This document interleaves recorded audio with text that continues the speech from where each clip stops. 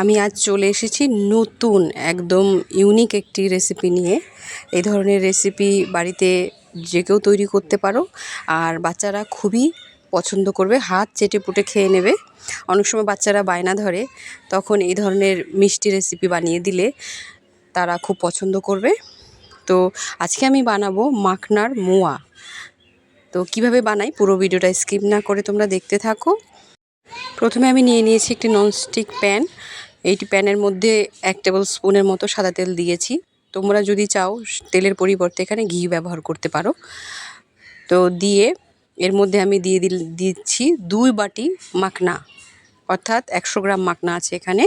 আর এই সময় গ্যাসের ফ্লেমটা অবশ্যই মিডিয়াম টু লো থাকবে এবং এই ফ্লেমে 5 থেকে 8 মিনিট সময় ধরে নাড়াচাড়া করে ভালো করে মাখনাগুলো ভেজে নিতে হবে।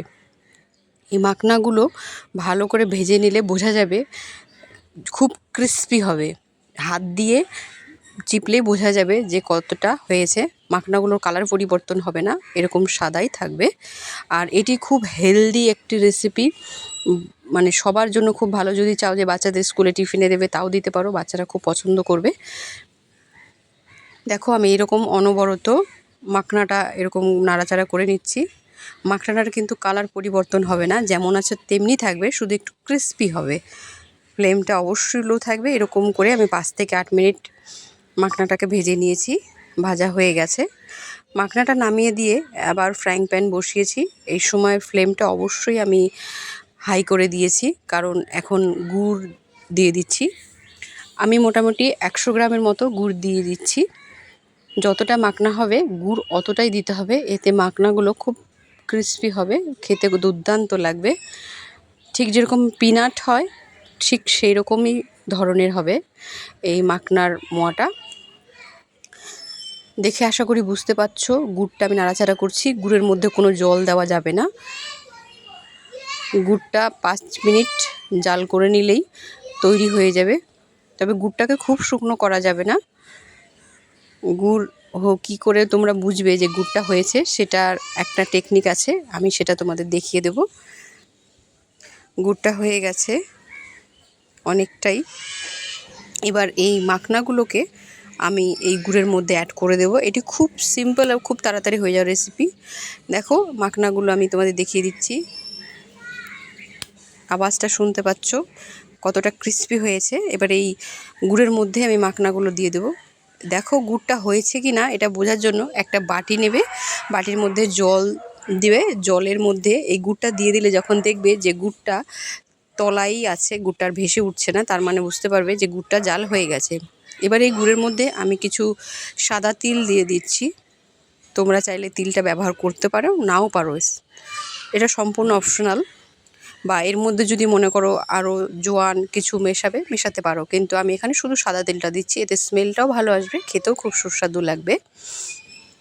দিয়ে এবার সমস্ত মাখনাগুলো আর তিল দিয়ে ভালো করে এরকম নেড়েচেড়ে মেখে নেব। তোমরা দেখে আশা করি বুঝতে পারছো এই রান্নাটা কতটা সহজ এবং খুব অল্প সময় হয়ে যাওয়া একটি হেলদি এবং সুস্বাদু একটি মোয়ার রেসিপি। তো তোমাদের আজকের এই রেসিপিটি কার কার ভালো লেগেছে কমেন্টসে অবশ্যই আমাকে জানাবে। আর আমার চ্যানেলটাকে সাবস্ক্রাইব করে দিও, ভিডিওতে লাইক করে দিও, এতটুকুই তোমাদের কাছে অনুরোধ রইল। তো এরকম করে নাড়াচাড়া করে নেওয়ার পর 2 থেকে 3 মিনিট নাড়াচাড়া করলেই হয়ে যাবে মোয়াগুলো। আর এই সময় ফ্লেমটা অবশ্যই লো থাকবে। যখন গুড়ের সঙ্গে এই মাখনা সমস্তটা উপকরণগুলো মেখে যাবে তখন গ্যাস চুলাটা বন্ধ করে দেব। আশা করি দেখে বুঝতে পারছো সব কিছু মেখে গেছে। এবার গ্যাসের ফ্লেমটা আমি বন্ধ করে দিয়েছি। এবার তোমরা যদি কেউ মনে করো যে এটাকে গোল গোল শেপ দিয়ে মোয়া তৈরি করবে তাও করতে পারো, যদি মনে করো যে না এরকমভাবে রাখবে তাও রাখতে পারো, সম্পূর্ণটাই তোমাদের ইচ্ছে। তো আমি এখানে গোল গোল রাউন্ড করে মোয়া করছি না, আমি এরকমভাবেই রেখে দিচ্ছি। দেখো কতটা ক্রিস্পি হয়েছে। এবং তো আজকের মতো আমার তৈরি হয়ে গেছে মাখনার মোয়া রেসিপি।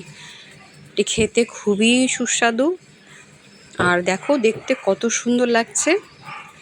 দেখো দেখে আশা করি বুঝতে পারছো গুড় যত বেশি দেবে তত টেস্টি হবে, খেতেও টেস্টি, দেখতেও খুব দুর্দান্ত হয়েছে। তো আজকের জন্য এখানে এই রেসিপিটি শেষ করছি। ততক্ষণ তোমরা সবাই খুব ভালো থেকো, সুস্থ থেকো, আর তোমাদের সঙ্গে দেখা হবে নতুন আরও একটি রেসিপি নিয়ে। আর আবারও বলছি, সবাই আমার চ্যানেলটাকে সাবস্ক্রাইব করে দিও, ভিডিওটাতে লাইক করে দিও, কারণ তোমাদের একটা সাবস্ক্রাইব, একটা লাইক আমার কাছে অনেক উৎসাহ জাগায় এরকম ধরনের নতুন নতুন রেসিপি তৈরি করার জন্য।